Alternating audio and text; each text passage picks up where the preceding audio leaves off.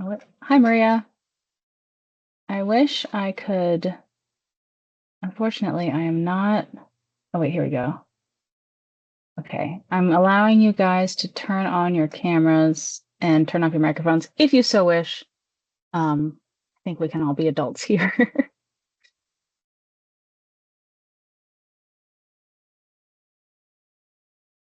You, you do not have to turn off your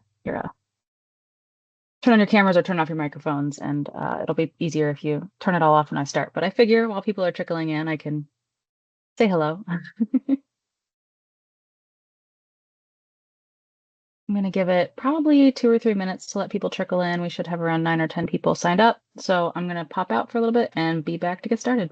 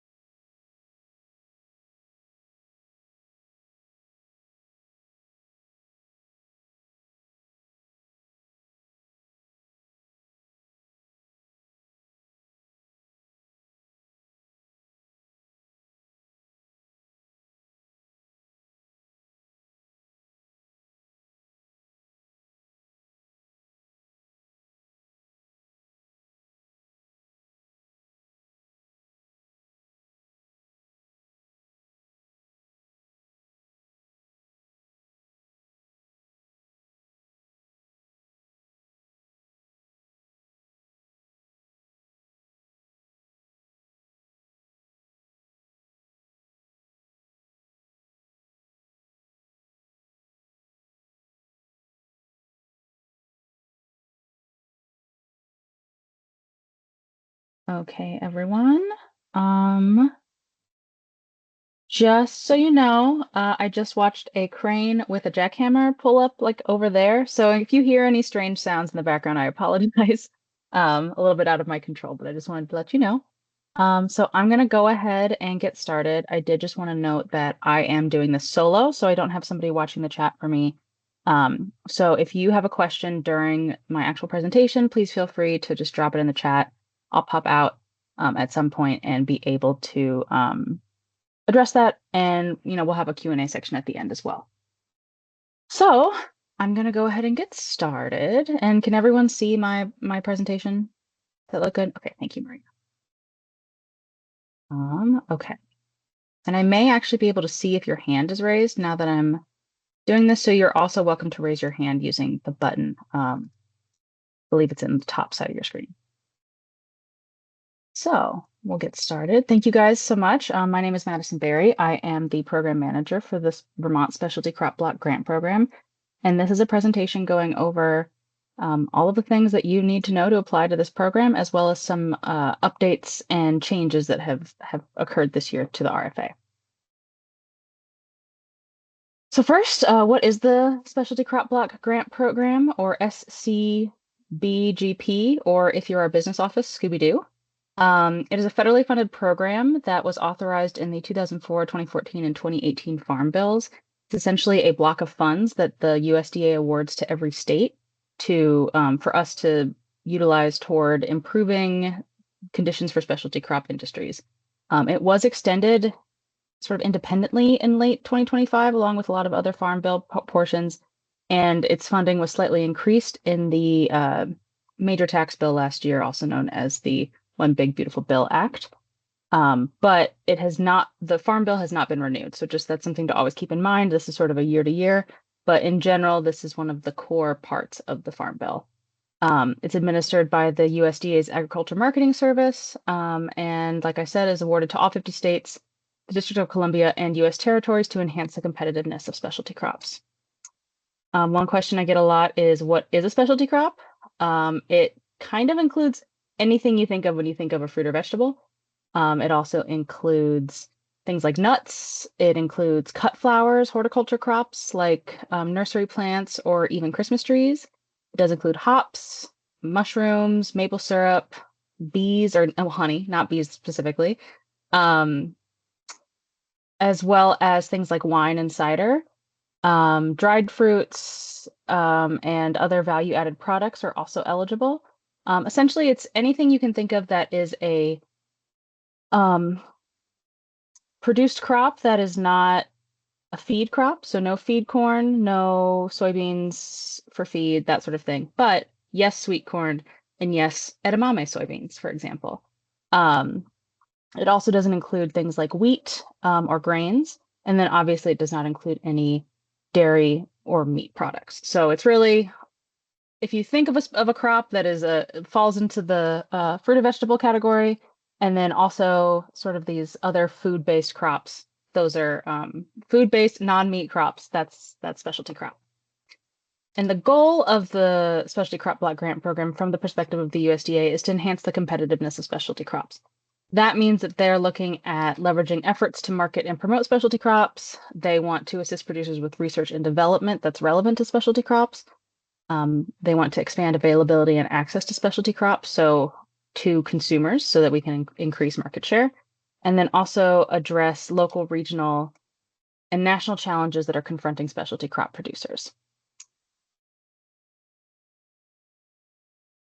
And all of this sort of goes without saying. This is looking at domestic specialty crop production versus foreign specialty crop production. So it's really focused on improving these things for the United States and the United States growers. This is a slide that I don't always know where exactly to put it, but just for some context, the way specialty crop works is that it's set around a project. So specialty crop is not to be utilized for things like ongoing operational costs or anything that could be kind of lined up with cost of doing business. It's a project. A project is something with a defined goal and a set of activities that has a planned approach and timeline, and a specific team of people with start and end dates that you use your budget and resources toward. So this is just something that you kind of have to keep in mind as you go forward. This is very common structure for grants, but it is something to just keep in mind. It's not something that can go toward ongoing operational costs for a business or organization. And then this is an important note, kind of a stressful one, but as of today, we have not yet received the RFA for this project from USDA. In previous years, it usually comes out around January. Last year, obviously, with all of the funding freezes, it didn't come out until the summer. We do anticipate a May or June deadline for our projects, which is typical, but we just simply don't know yet. So part of why this process has changed a little bit this year is to adjust for um, these shifts in the timing, as well as to adjust for simply not knowing how much money we have or when things are actually due. So there may be changes to the guidelines, allowable costs, and funding that we don't know. I have been in contact with my USDA rep, and she feels pretty confident that things are going to be fairly similar to previous years outside of the timing. But applicants will be alerted to any changes as soon as we know them, and we're very hopeful that we're getting that RFA sometime this month. So without further ado, I'll go into what this program actually is and does and how you can apply for it. So eligibility, here's some just quick facts. Any entity can apply, provided they're equipped to sort of do the projects that we're looking for in specialty crop. Projects have to benefit more than one specialty crop business. And in 2026, we've shifted some of our focus and are requiring that projects must focus on some sort of direct technical assistance, training, or tool development. I'm going to go into this a little bit more later.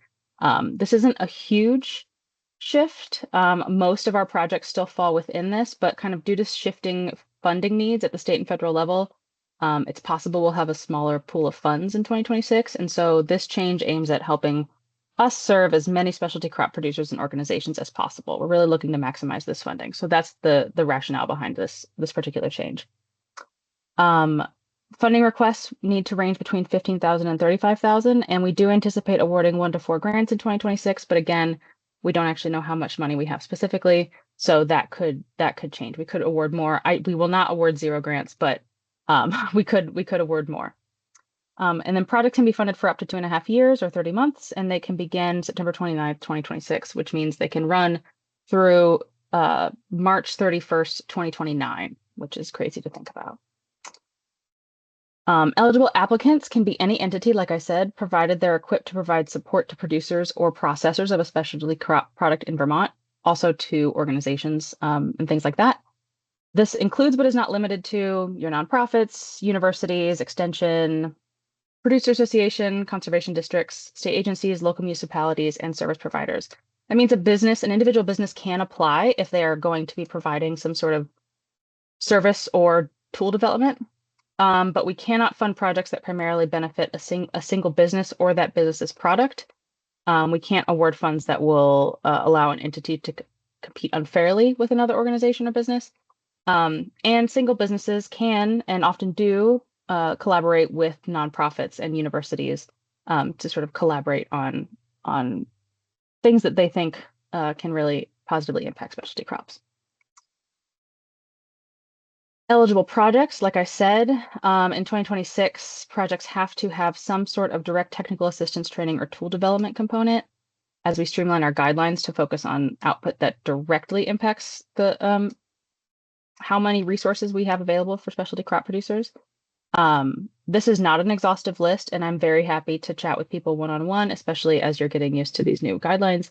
But project activities may include, but are not limited to, direct technical assistance, that's consulting, planning, development, services where you might go either on-site or bring a producer or organization to your facility and work through something like a business plan or changes to how their organization is structured or how they work their operation, how they get into or out of certain markets. This can also include program coordination that increases the reach or impact of technical assistance offerings. So if you're an organization that already offers these sorts of things, projects that focus on improving program coordination to increase efficiency or to expand the reach or, reach more people, reach different locations, that would be eligible as well. Any sort of in-person trainings, workshops, or other educational offerings are available, and that could include things like one-time major events or sort of ongoing training opportunities. It could include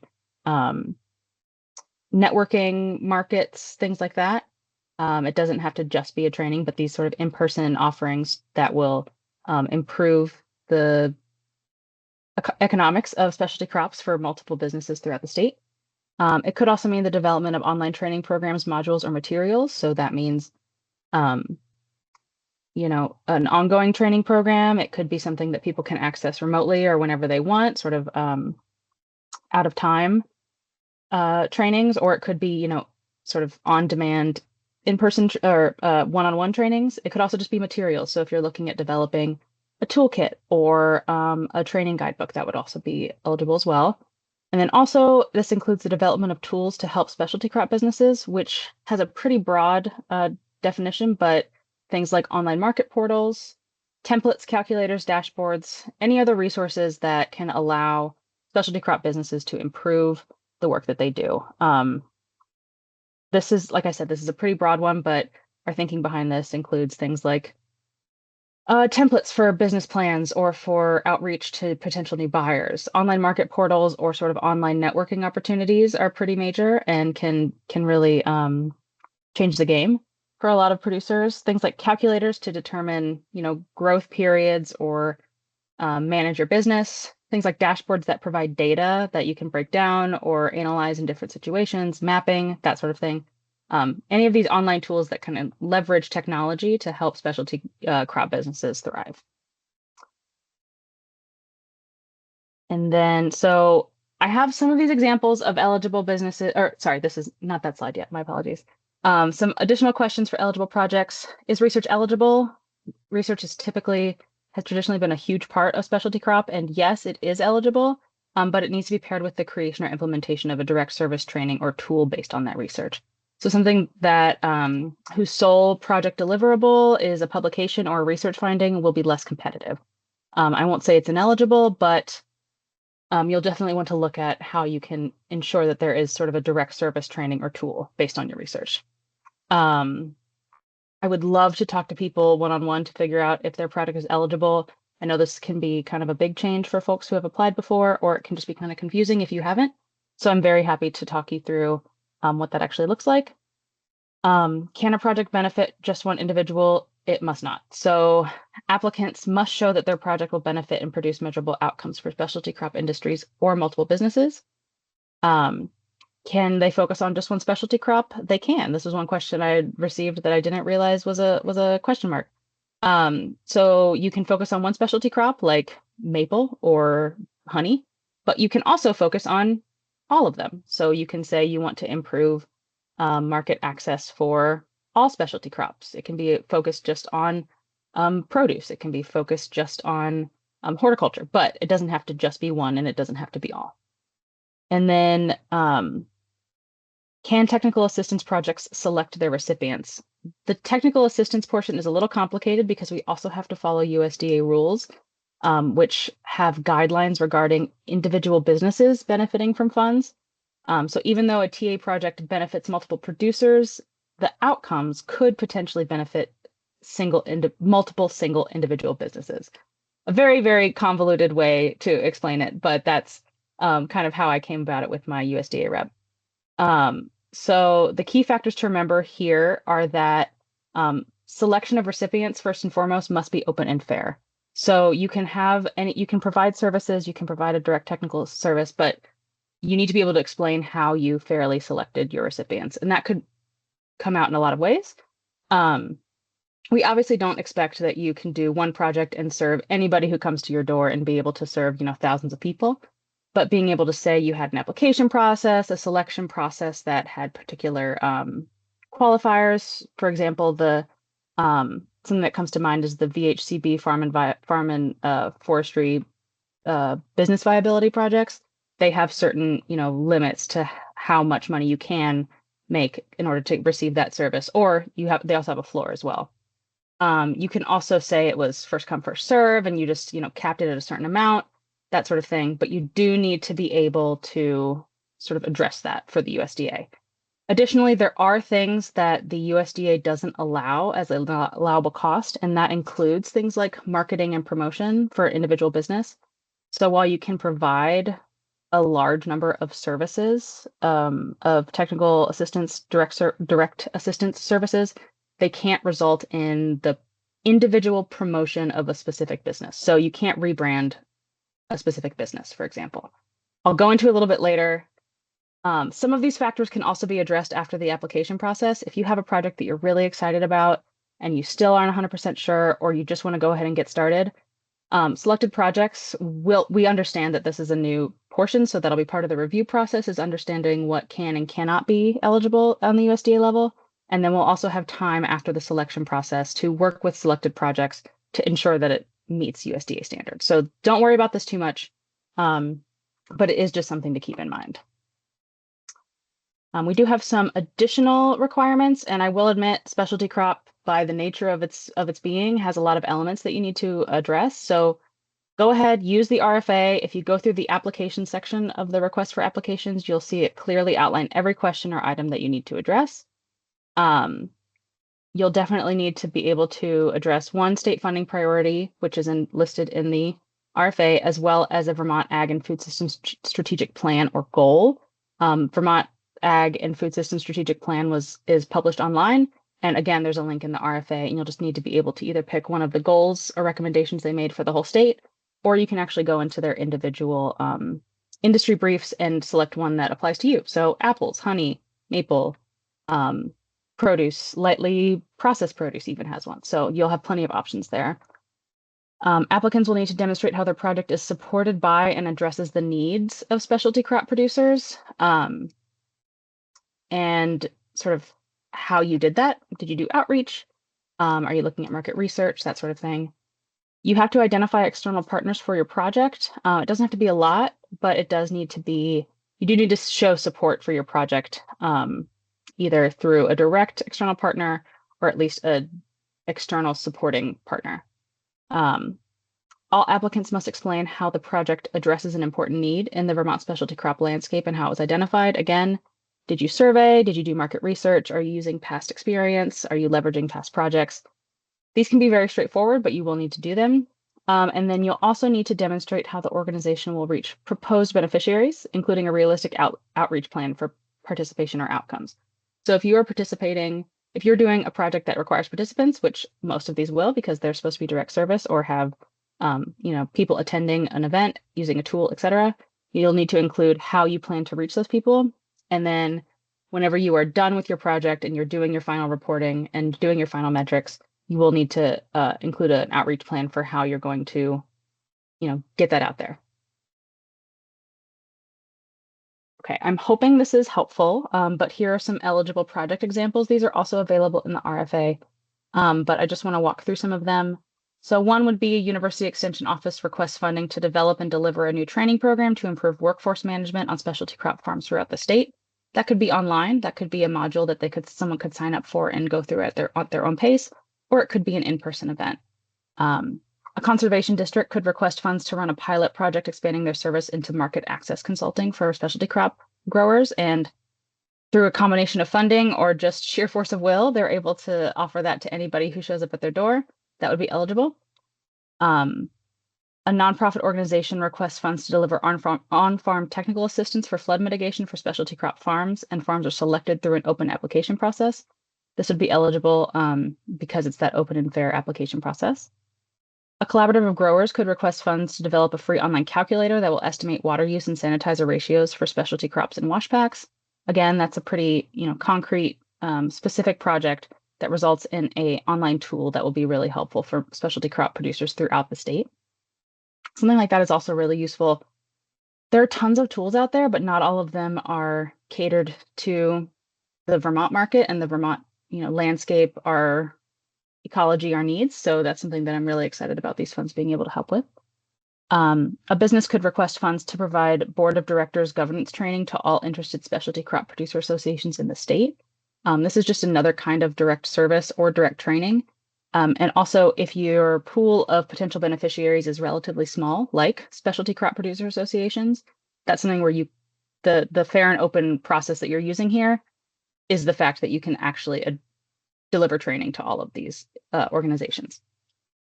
And then a producer association could use grant funds to develop a market access portal to connect specialty crop producers with wholesale buyers.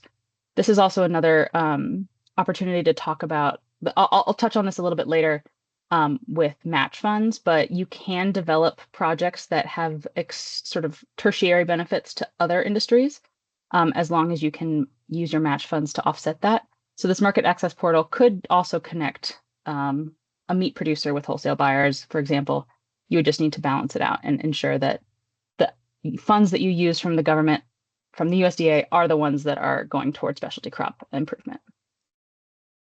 Here's some ineligible projects. And again, I'm going to try and walk through this with some detail, but hopefully it's not too confusing. And I'm very happy to talk people through this later. So a company requests grant funds to purchase startup plants or equipment used to plant, cultivate, and grow a specialty crop and expand production of a single business. This is simply ineligible across the board. Costs exclusively toward for-profit startups are typically ineligible, and it does just benefit one producer.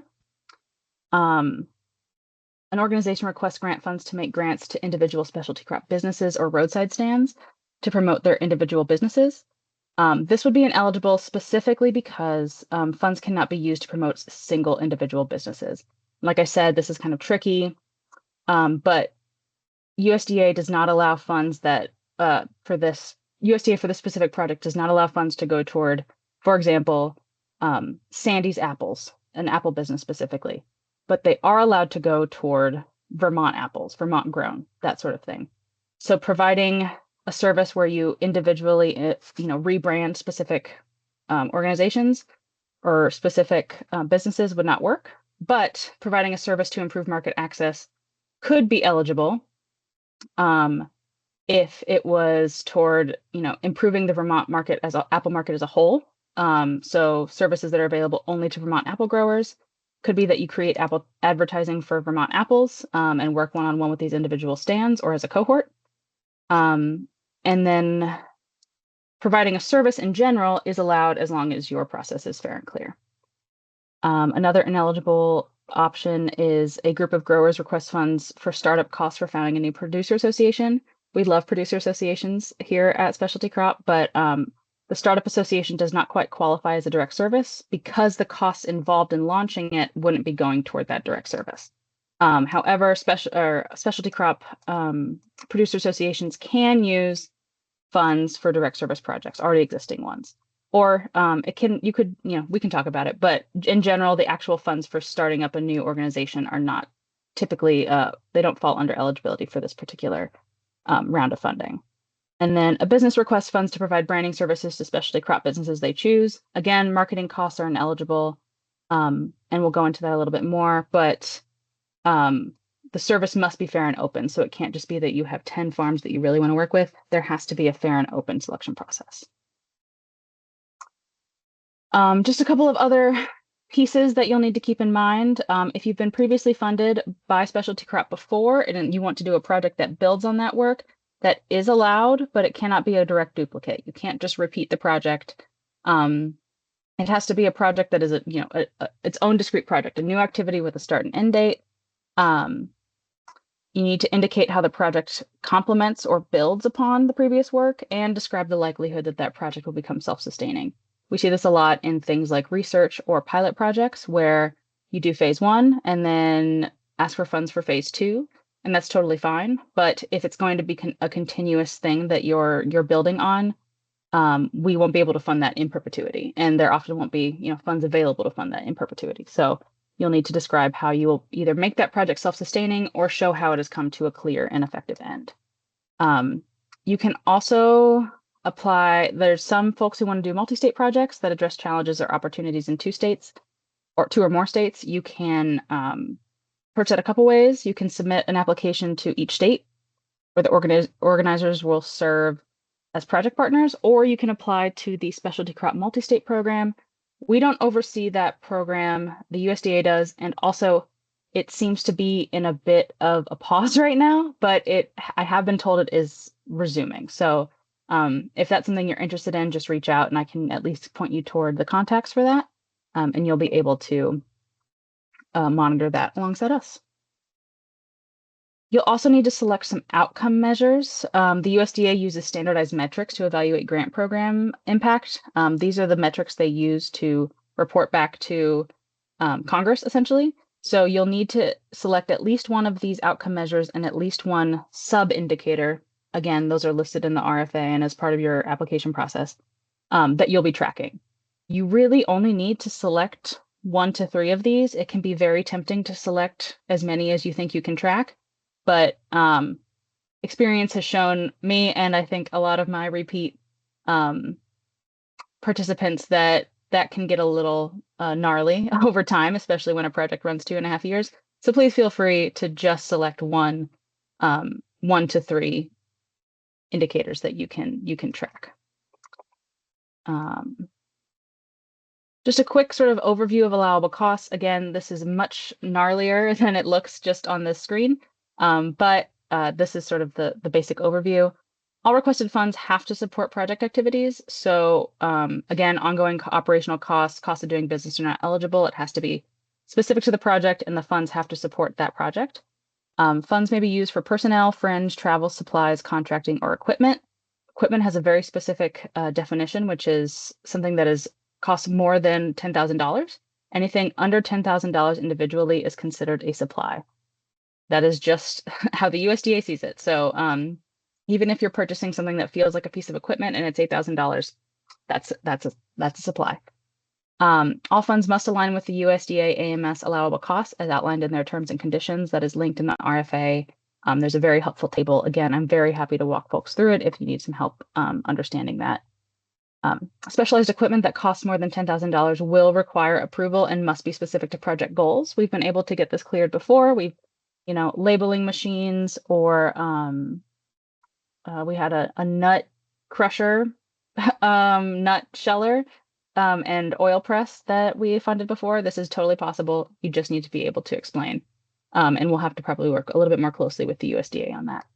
And then all specialty crop costs must enhance the competitiveness of specialty crops and cannot support other crops such as meat, dairy, commodities, or other purposes. So at minimum, the costs of activities that benefit specialty crops have to be readily distinguishable from other financial activities. So you have to be able to see within this project, we can tell where the benefit, where the costs toward activities that benefit specialty crops came about.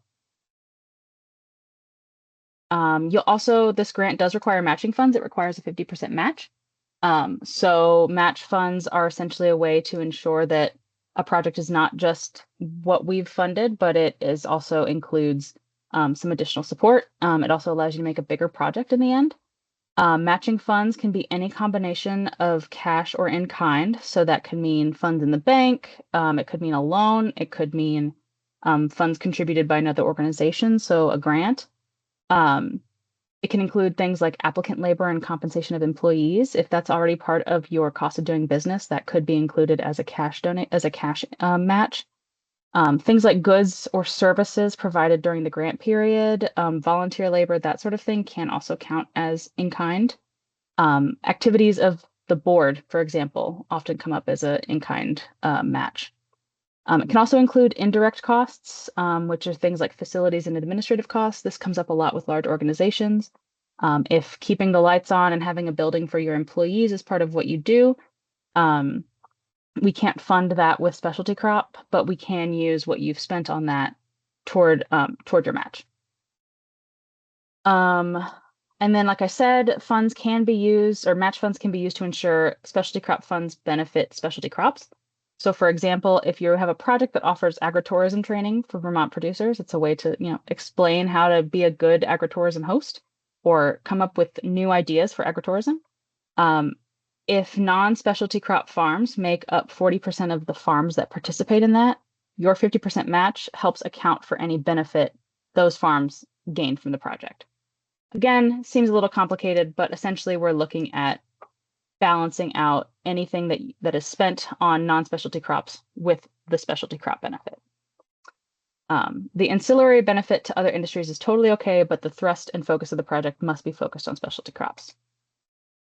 And this requirement, one thing that comes up a lot is, what does 50% match mean? For us, it means that if we are giving you $10,000, you have to show a minimum of $5,000 in match for a total project of $15,000. Our minimum request for this application process is $15,000. So you need to be able to show a $7,500 match for a total project. Oh God, I decided to do math. For a total project that is a combination of those two numbers. And then under limited circumstances, the match requirement may be reduced or waived. That's something that you want to reach out. It's extremely uncommon, but it is something that we can talk about. And then you will have to put together an estimated project budget, or actually a project budget for this program, which will look essentially like this. You'll need to show us how you're using your personnel, how you're using these funds for personnel, fringe, equipment, etc., as well as your matching funds and your matching source. We want to see the full budget and how it's going to impact not just your specialty crop funds and not just your match funds. This is something that you'll do on our web grants platform. I'm about to go into one of the other thorny pieces of this process, the project profile. You will not talk about match funds on your project profile because the USDA doesn't really care about match funds, but we do. So project profile. The one other change we made this year is that this process is only going to have one stage. In previous years, we've had a pre-application process, which was pretty truncated and straightforward. We would select about half of those applicants to move forward and then have them submit a project profile. However, this year, because of our shortened timeline, we are requiring that everyone submit a project profile with their application. Project profiles are the project overviews, essentially, that the USDA utilizes in understanding each project during that uses specialty crop funding. I think the biggest barriers here are going to be that you need to download Acrobat Reader, Adobe Acrobat Reader, or have Adobe Acrobat Pro. Adobe Reader is free, but you will not be able to fill out this project profile using your browser because it's a fillable PDF and it simply doesn't get along with your browser very well. There are links to the project profile in the RFA and on web grants, but if you need any help at all, please reach out to me. I am going to go ahead and jump over to do a quick project profile tour so that you can sort of understand what this looks like. This is going to be a major part of your application. If you go into web grants and start an application and you see the questions and you think, oh, this is really straightforward, this is a much this is a much heftier lift, and you need to make sure you're allowing plenty of time to get this done. So I just want to show you what it looks like and kind of talk you through it a little bit. I'm also going to show you how to open it.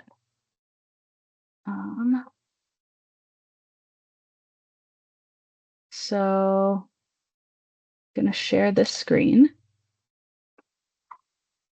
Once you downloaded the project profile, you'll need to download it directly to your computer, wherever is most comfortable for you. You'll go to it and you can either open up Adobe Acrobat and open it from within there, or you can right click on it and hit open with Adobe Acrobat. That will open and pull it up here. If you try to open it any other way, let's see if I can make it. Nope, it just wants to open it there. If I try to open it with Chrome, for example, it just says you can't do that. This is all showing, right, Maria? You can see all of the pieces. Okay, I'm not just clicking around like a crazy person. Okay, so this is the project profile. It is relatively straightforward, but again, it is long. So you'll go through and fill out each of these components. I've also linked in the RFA, the USDA has provided some instructions on filling this out, which can be really helpful if you haven't done it before. You'll need to go through and give a project summary, a project purpose, which has a 5,000 character limit. So that's really where you talk about why you're doing this project, what the influences are, what it will address, kind of what your end goal is. You'll need to provide some objectives, which are things that you want to get done. So an objective might be, I want to, provide workforce development training for 10 specialty crop businesses, or I want to launch 2 online training modules that honey producers can access at any time. Those are ones that you kind of develop yourself and help you guide your project. You'll need to name project beneficiaries. If this is a continuing project, you'll have even more questions to answer, so just keep that in mind. You'll also need to note whether you've received funding from other federal or state programs, because that will impact how the USDA manages these funds.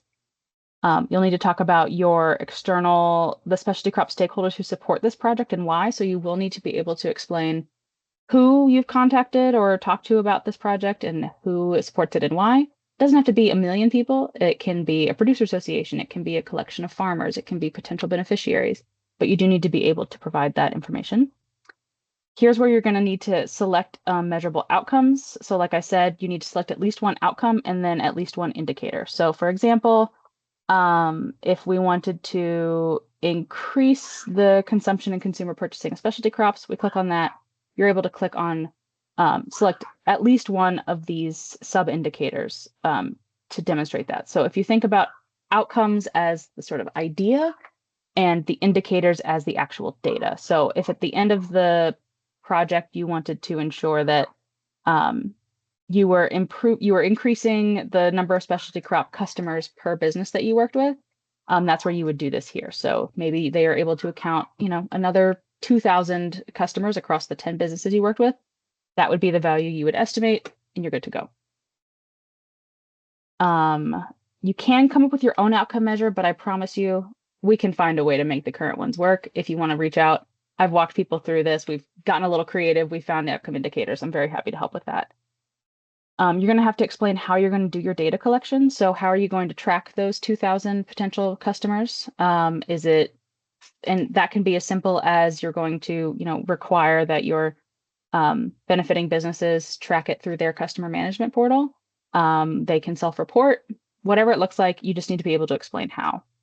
And then you'll have a budget narrative. So you'll go through this you can't fill out, but you can go through and give your personnel funds requested for that.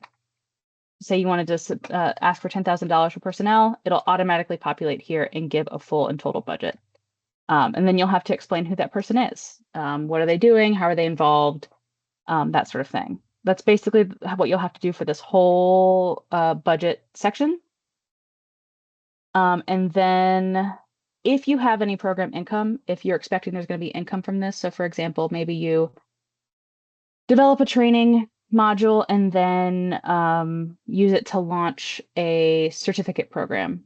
Funds that the training module you built using our funds, if there's any sort of income from that, you would want to list it here. This is just so that USDA can track these sorts of things. If there isn't if there isn't income from the program that you're developing, that's okay. It's actually preferable because it's kind of a pain to track. So if you can avoid it, great. But yeah, like I said, this is just going to take a lot more time than just what's going on in the application. But once you fill this out, answering the things on the application, answering the questions on web grants are going to go a lot more smoothly. So you can just go ahead and fill this out first. That's also another option.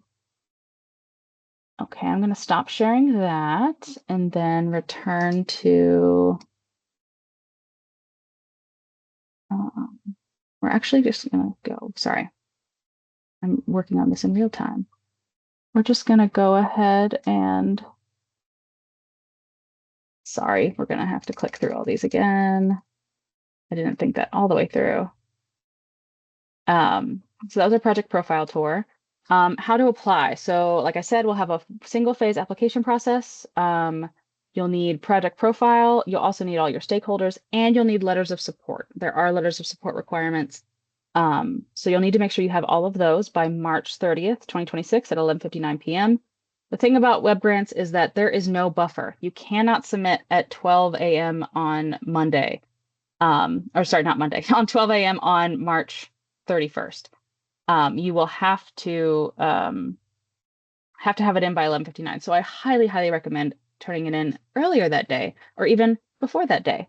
And that's something that is good to handle ahead of time. You will need to include a brief overview of your project and some of your ideas, statistics, data, etc. in your web grants application. So it's not just about the project profile. You need to make sure you manage both. But I did just want to be very clear, you will need to submit a completed project profile in order to be eligible for this funding. So just make sure you do that. Here's a quick timeline. We are at March 5th, 2026 on the information session webinar. The deadline to submit is March 30th. In April, we hope to be notifying applicants of funding decisions and plan on submitting our application in May. It says August on here. Sometime between June and August, you'll be notified of AMS decisions, and we may need to make some adjustments to your project profile. And then in October, the awards will be announced and projects will begin. In the event that we receive an RFA and there's a huge difference in timeline from their end, it's possible we may be able to extend this application deadline, but I don't want anyone to rely on that. So just plan on March 30th, 2026 as your application deadline. And then most folks here, I think, have used WebGrants before. If you haven't, I'm going to walk you through it. WebGrants is our grant management system that we're going to be using for this project, and it's what agriculture development at the Agency of Agriculture uses every time. You'll need to register for this if you haven't. Registration can take 1 to 2 business days to process, so you want to do that now versus much later. So if you haven't registered there yet, go ahead and do that as soon as you can. And then I'm going to do a quick walkthrough. But before I do that, Jed, can I answer a question for you? Yeah, thanks. Can you explain what's going on with the RFA that you're anticipating from the USDA as it relates to the deadline for applicants to your grant program a little Yeah, further? so yes, so the USDA publishes a request for applications from their end that we, the state, respond to. When we submit an application to the USDA responding to that RFA, it includes all of our projects that we have awarded to external partners as well as internal projects. So while we are waiting for the USDA to submit their RFA to us, we are having to manage running an RFA for all of you guys. So it's just kind of this complicated domino effect. I don't anticipate that the deadline on our end will be changing, but it is just something to keep in mind. It won't move up. It won't go any sooner. I simply can't do that. But it is something that we're keeping an eye on, and we are just waiting for more information from the USDA at this point in time. So it's a little complicated. Hopefully that answers your question. Yeah, thanks. So you're confident it is coming at some point, though, right? I have been told to expect it. I have been told that this is what the USDA plans on. They extended this portion of the Farm Bill, so yes. But honestly, part of the delay was that the USDA released new terms and conditions for all of their grant programs at the end of December, and that had a downstream effect of impacting the USDA AMS terms and conditions, and then within that, the specialty crop terms and conditions. The changes to the terms and conditions, I actually reviewed them yesterday, are not major, but they are changes. So it's largely about managing those expectations and those changes from the USDA side, and again, trickling all the way down to us. Understood. Thank you so much. But yes, as far as we are aware, the funding is available. I know that this can be a little bit scary, especially after last year, but I have received much more positive communication regarding this funding than I did, say, this time last year. So, and we did end up getting the funding last year. So, we always have the caveat that because we haven't received the RFA, we can't actually guarantee these funds. But that is something that has been true for the, 22 plus rounds we've run this. We rarely have the RFA before we actually start conducting our process. It's just kind of part of the weirdness of USDA timelines. So hopefully that helps. I know it's not a great thing to hear, but that's kind of how we have to operate. So yeah, I'm going to do a quick tour of WebGrants. So if you haven't been to WebGrants before, it's agriculturegrants.vermont.gov. There's some guidance here on how to register, but you can just click here to register and you'll be able to sign up. But whenever you actually log in, wow. Okay, I was like, I was afraid they had gotten rid of my login. This is just our test login, so it's nothing on here is actually live, but you'll log in and then you'll go to funding opportunities. And from there, you'll be able to go to specialty crops. And once you're in here, you'll be able to start a new application. You can review all of the elements that we've talked about before. You'll be able to access the RFA here. You can access other websites and guidance about specialty crops. And then when you're ready, you can hit start new application. And so you'll go through, you'll make your title. I'll just show you what this kind of looks like so I can demonstrate. The thing about web grants is that it can be a little finicky. So if you're ever in doubt, just hit save form and see what happens. Um, so once you get through that very beginning part, there will be a list of all of the various forms you're going to have to fill out. There's a global application form, which all of our grant programs have to fill out. There's the applicant and program information form. There's the full application, which is basically the various questions we're going to ask you about your project, your budget summary, and then a place to upload your project profile and other attachments. So as you're going through these, um, here's the project title. This is all the questions that are in the RFA as well, so they shouldn't be a huge surprise. But you'll go through and fill all these components out. We try to provide as many instructions and guidance as much guidance as possible to help you navigate this. But again, these are not intended to be your be all end all. This is intended to help us understand your project before we dive into the full project profile. Whenever you are done filling out a form, you're going to hit save form. See if it lets me, even though I haven't filled out anything, or my internet will just stop trying. Okay, so once you fill out a form, it'll pop you back here. I wish I could fill out one in full, but once you fill out something in full, it'll give you the opportunity to say mark as complete, and you need to mark everything as complete before you can submit it. So if you run up against difficulties submitting your application, even though you feel like you've done everything, go in and make sure you've actually marked each form as complete. And that's it. It's a little intimidating. There's a lot of buttons, but you can't break anything probably. And so I think you guys will be able to handle it. And again, the biggest thing is ensuring that your how do I is ensuring that you are registering with plenty of time to get your registration processed and everything done. I feel like, sorry, PowerPoint has changed dramatically since the last time I used it, so I cannot figure out how to go back to this slide specifically, but that's my presentation. I am very happy to, oh, here we go. Sorry, this was the button I was looking for the whole time.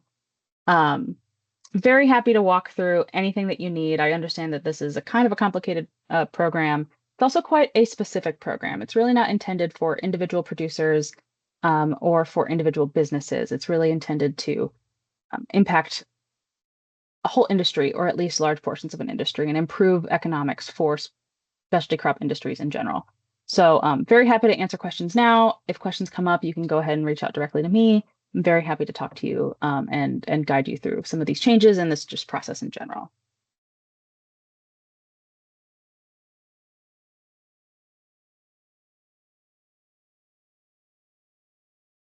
Yeah, Maria. I was wondering if there's a chance that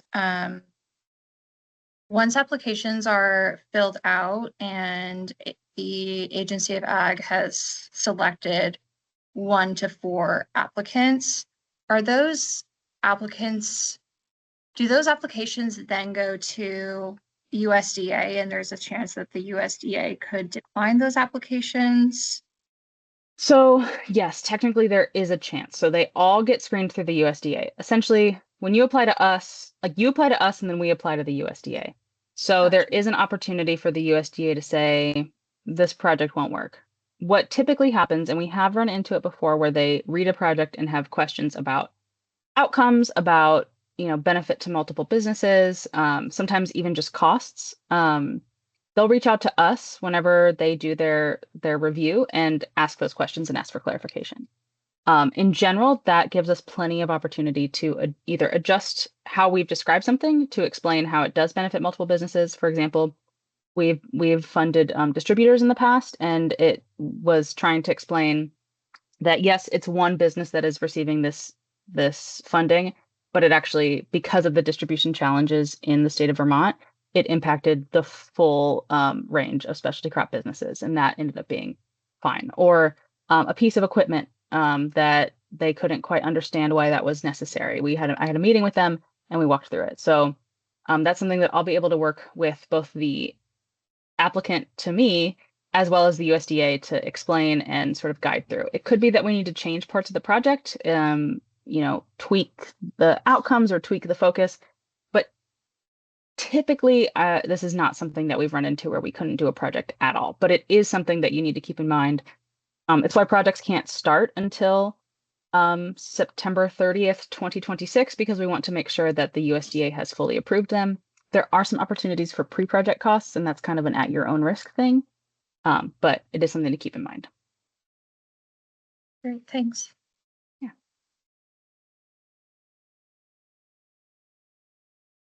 Any other questions?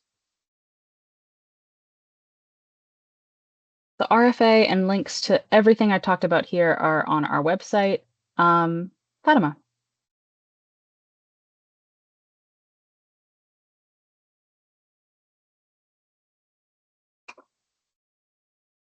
I hope I said the name right. Sorry, Oh, yeah. I You're tried good. to unmute myself. I couldn't. I understand. Actually, I had so many questions and I put them all in Q&A. I don't Oh. know. Yeah. Ooh. Okay, that's a tool I haven't used in a long time. Okay, wow. Okay, cool. So probably I just say one of them, and if you feel you answer the rest, then we are good. But I am wondering when we talk about mhm, matching fund, can I use any of my? So I'm coming from university and I have some mhm, startup fund. mhm. Can I use my own fund as matching fund? Yeah. So matching funds have relatively few restrictions. You need to be able to prove that you have access to it, and it needs to be something that you can kind of commit to. So it could be from another organization, it could be from your own bank account. It's really kind of how you can describe it, and I'm very happy to talk through that as well and what's eligible and what isn't. But in general, we've had luck with a wide range of um, matching funds. Okay, good. And if I can ask one more question, Hmm. so we talked about like the development of, let's say, technology Hmm. or stuff like that, but I didn't really see anything about product development. So can I work on product development on any specialty crop? And particularly, I'm talking about some type of crop that they are a specialty crop, but they are not important for Vermont. They are Hmm. important for the US. So probably Hmm. my question has two parts. So first, can I work on product development? And second, if the crop is important for the US but not the Vermont. Okay, I'm going to answer those in reverse. The so the crop being important to the US but not to Vermont makes it eligible for specialty crop in general. It may not make it as competitive for the Vermont process. Our reviewers are Vermont based. They are focused on Vermont specialty crop outcomes. So they're going to probably prioritize projects that impact a large number of specialty crop producers. That said, we have funded things like research into saffron, which not a ton of people do right now, but there is an opportunity to allow more people to do it if there were more resources and support and information available. So in that case, the crop wasn't important to Vermont yet, but could be, could provide diversification opportunities for certain farms. So um, that's kind of something to keep in mind. But yeah, if it's just focused on a product that isn't important to Vermont, and like especially if it couldn't be grown in Vermont, that would be something that would probably be pretty tough sell to our reviewers. And then in terms of product development, it is something you can utilize. Things like specialty crop does allow things like developing new cultivars, and trying new products, getting new products to market in some ways. Um, but again, for our project and this specific round of funding, there does have to be a direct technical assistance, tool development, training development portion of it. So say again, the saffron thing, specifically developing a new saffron cultivar, which seems like a crazy thing to say, but developing a new saffron cultivar would not be as competitive this year. But producing a producing trainings on how to, harvest saffron, or how to leverage a particular kind of saffron product, um, and providing some sort of education, exposure, outreach about that, that would be eligible. Did those answer your questions? Yeah, but just to like looking for more clarification, when I talk Hmm. about product development, is like using some crop into some food product that did not exist before, or Hmm. just trying to develop more application for the food, let's say different formulation or recipe development. So the outcome of this research will be for the crop producer to see that this will be the application, and eventually Hmm. it's going to help finding market for their crop and Hmm. be more encouraged to have that crop um, uh, more like in Vermont or other places. Hmm. Yeah, like I do think that kind of falls into the saffron example that I had Y- earlier. Yeah, Um, yeah, so yeah, as long as there's sort of a training and outreach component or a tool development, resource development in the end, that would be eligible. You might reach out if you have some more specific information and you want to kind of get more into details because specific products, specific crops, those can be kind of, there's a lot of factors in play. So I'd be happy to if you reached out with those questions via email. Thanks, guys, that are popping out. I'm very happy to talk through that more in detail. sure, I will. Thank you so much, Barry. Yeah. And yeah, if I'm happy to stick around if anybody has more questions. Otherwise, I'm happy to wrap up. And again, please feel free to email me with any questions that you have. And I look forward to reading your projects.